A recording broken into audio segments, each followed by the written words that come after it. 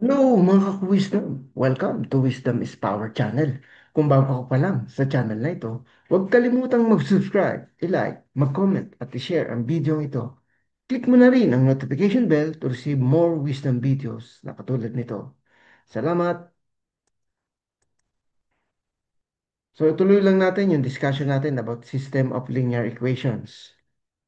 So again, system of linear equations, it is a system of linear equations is a set of two or more linear equations with the same variables. The goal is to find an ordered pair, so x and y, that satisfies all equations simultaneously. So the general form for a two variables, x and y, so say for example, we have ax plus by equals c, and dx plus ey is equals to f, where A, B, C, D, E, F are constants. So say for example, we have 2x plus 3y equals 16 and another equation of 4x plus 5y equals 28. So what will be the value of x and y that will satisfy the two equations? So to solve for all variables uniquely, you need at least as many independent equations as you have variables. Ibig sabihin, kung dalawa yung variables natin o yung unknown natin, dalawa ang unknown, kailangan mo ng dalawa ding equations o higit pa, no? Kaya kung tatlo yung unknown variables mo, if you have three unknown variables, you need at least three equations. Okay? So, what will be the value of x and y that will satisfy the two equations? So, we have 2x plus 3y equals 16 and 4x plus 5y equals 28. So let's try the value of x is equals to 2 and y is equals to 4. This is just a guess values for the value of x and value of y. So let's call them equation 1 and equation 2. From equation 1, we have 2x plus 3y equals 16. We simply just substitute the guess values of where x is equals to 2 and y is equals to 2. So, sabihin natin yung value ng x ay 2. So, 2x times 2. And the value of y is 4. So, that will be plus 3 times 4 equals 16. So, 2 times 2 is 4. Plus 3 times 4 is 12. So, that is equals to 16. So, 4 plus 12 is equals to 16. No? So, 16 is equals to 16. So, for equation 2, so again, we will simply substitute the value of x and the value of y to our equation number 2. So that will become 4 times 2 plus 5 times 4 equals 28. So this is 8 plus 20 equals 28. So 28 is equals to 28. So yung mga values natin na hinulaan lang natin, x is equals to 2 at y is equals to 4, eh nasatisfy naman yung dalawang equations. So, ibig sabihin, tama ang ating hula. So, our guess is correct. So, hindi naman pwede nating laging huhulaan yung mga values ng ating mga equations, no? So, we have different methods of solving system of linear equations. So, first is the graphical method. Second is the substitution method. Third is the elimination method. And number four is the matrix method. So for the substitution method, so this will be our topic right now. So to perform the substitution method for linear equations, first is we need to solve one equation for one variable. Second, we will substitute that expression into the other equation to create a new equation with only one variable. Then finally, we simply substitute the value of the solved variable back into one of the equations to find the value of the other variable. Oh. So say for example, we have equation x plus y equals 14. 4x plus 5y is equals to 18. So let's call them equation 1 and equation 2. So from equation 1, so we simply solve one equation for one variable. So this time, let us solve for the value of x. So x is equals to 4 minus y using equation 1. So let's call this equation 3. So from that, we will simply substitute equation 3 to equation 2. So our equation 2 is 4x plus 5y is equals to 18. So yung nakuha nating equation, the equation 3, substitute natin sa equation 2, the value of x. So simply 4 multiply by the value of x, which is 4 minus y, plus 5y equals 18. So distributive property of multiplication, that is 4 times 4, that is 16. Then 4 multiplied by negative 1, that negative y, that is negative 4y, plus 5y equals 18. So lahat ng variables narito sa left side of the equation.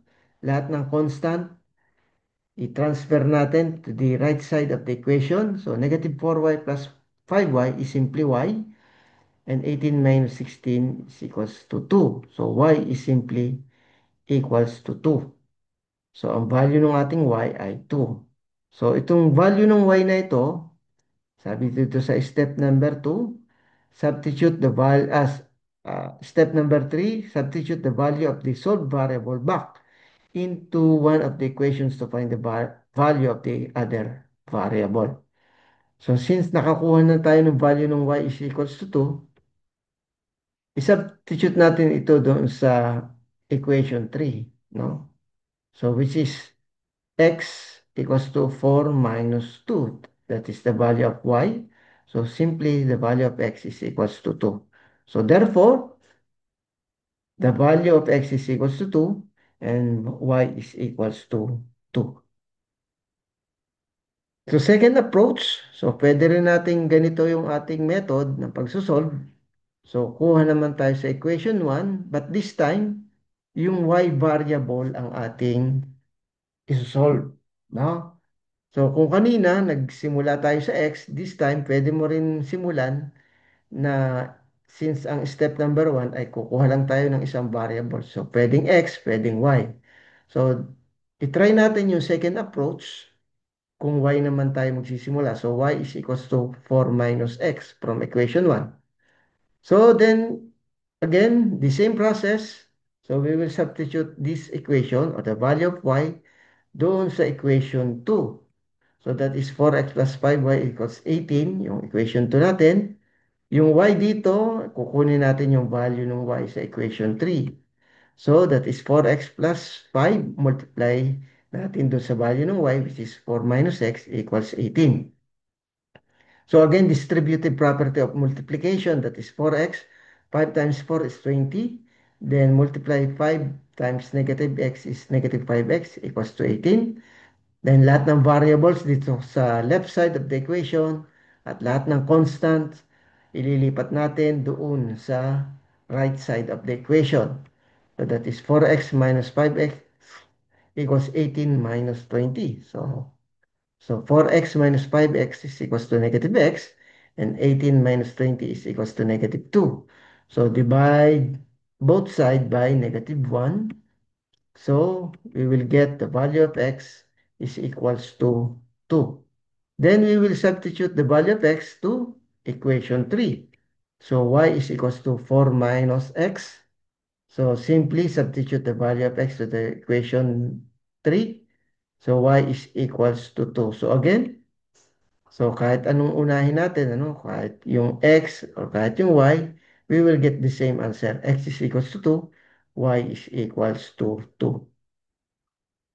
So let's have another practice problem using substitution method. So x minus 2y is equals to 4. So let's call them equation 1. And x plus y is equals to 13, equation 2. So from equation 1, x is equals to 4 plus 2y. No? Then we will simply substitute equation 3 to equation 2. So yung value ng x natin is 4 plus 2y.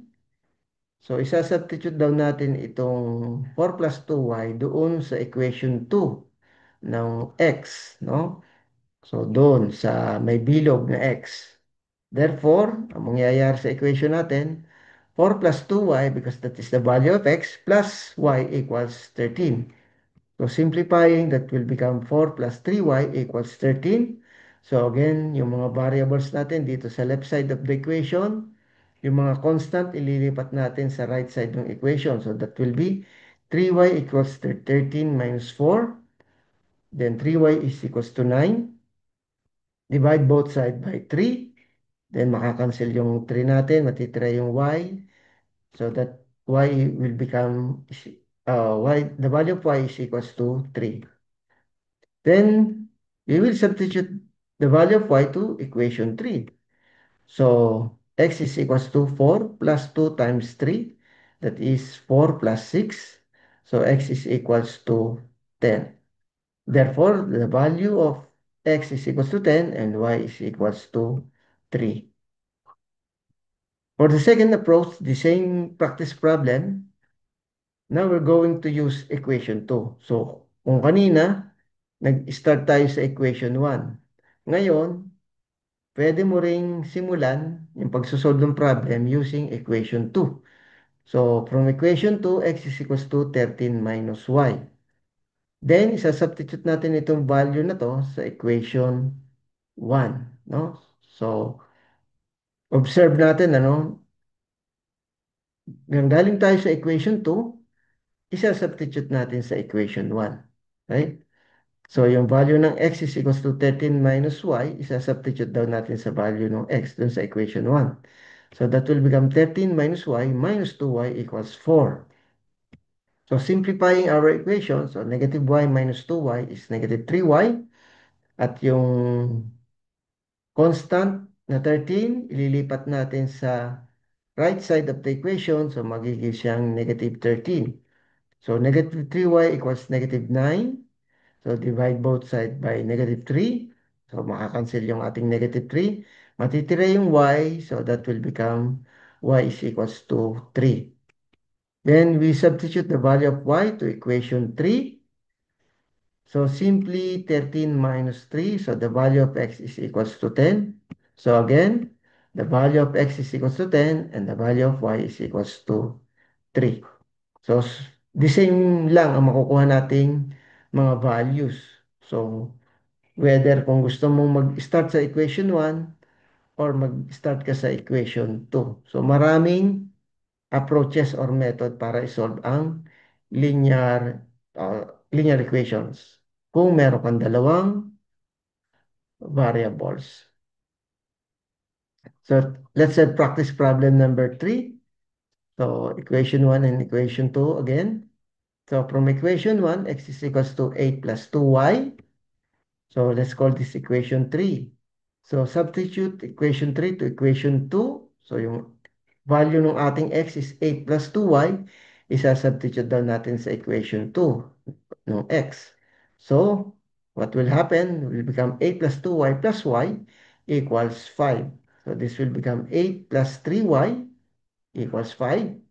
So, lipat natin sa kabila yung 8. So, that will become negative 8. So, 3y is equals to negative 3. Divide both side by 3. So, makancel natin yung dalawa, matitira yung y. So, y is equals to negative 1. Then, we will substitute the value of y to equation 3. So, x is equals to 8 plus 2y. Then, the value of y is negative 1. So, we will simply substitute yung value ng y sa ating equation. So, that will become 8 minus 2. So, the value of x is equals to 6. So, therefore, the value of x is equals to y, and the value of y is equals to negative 1. So, for the second approach, the same problem. So, mag-start naman ulit tayo sa equation 2. Kung gusto mo sa equation 2 mag-start. So, wala namang problema. So, isa-substitute ulit natin ito. Yung x is equals to 5 minus y doon sa equation 1. So, again, kung galing ka sa equation 1, isa-substitute mo sa equation 2. Kung mag-start ka ng equation 2, mag-substitute ka sa equation 1. So, ang value ng x natin is 5 minus y. So, that will become 5 minus y minus 2y equals 8. So, 5 minus 3y equals 8. So, negative 3y equals 8 minus 5. So negative 3y equals 3. So divide both sides by negative 3. So the value of y is equals to negative 1. Then substitute the value of y to equation 3. So that is x equals to 5 minus y. So x is equals to 5 minus negative 1. So that will become x is equals to 5 plus 1. So the value of x is equals to 6. And the value of y is equals to negative 1. So we have here 5 practice problems. So for problem number 1, we have 3x plus 2y equals 16. 2x minus 2y is equals to 4. And problem number 2, x is equals to 2y plus 3. X plus y equals 18. Problem number 3, x plus y equals 11. 5x plus 10y is equals to 85. Number 4, 3x plus y equals 6. 2x minus 5y equals 4. For problem number 5, equation number 1 is 2x plus y equals 1. Negative x plus y is equals to 10. So para malaman natin na tama yung makukuha nating sagot, so we will simply substitute yung mga value ng x at value ng y doon sa ating equation. So whether in equation 1 or equation 2, so dapat masasatisfy niya yung ating parehas na equations. So for problem 1, 2, 3, for problem number 1, x is equals to 4, y is equals to 2. Problem number 2 is x is equals to 13, y is equals to 5. Problem number 3, the value of x is equals to 5 and y is equals to 6. Problem number 4, x is equals to 2, y is equals to 0. And problem number 5, x is equals to negative 3 and y is equals to 7. So that's all mga ka-wisdom. Again, kung bago ka pa lang sa channel na ito, huwag kalimutang mag-subscribe, i-like, mag-comment, at i-share ang video ito. Click mo na rin ang notification bell to receive more wisdom videos na katulad nito. Salamat!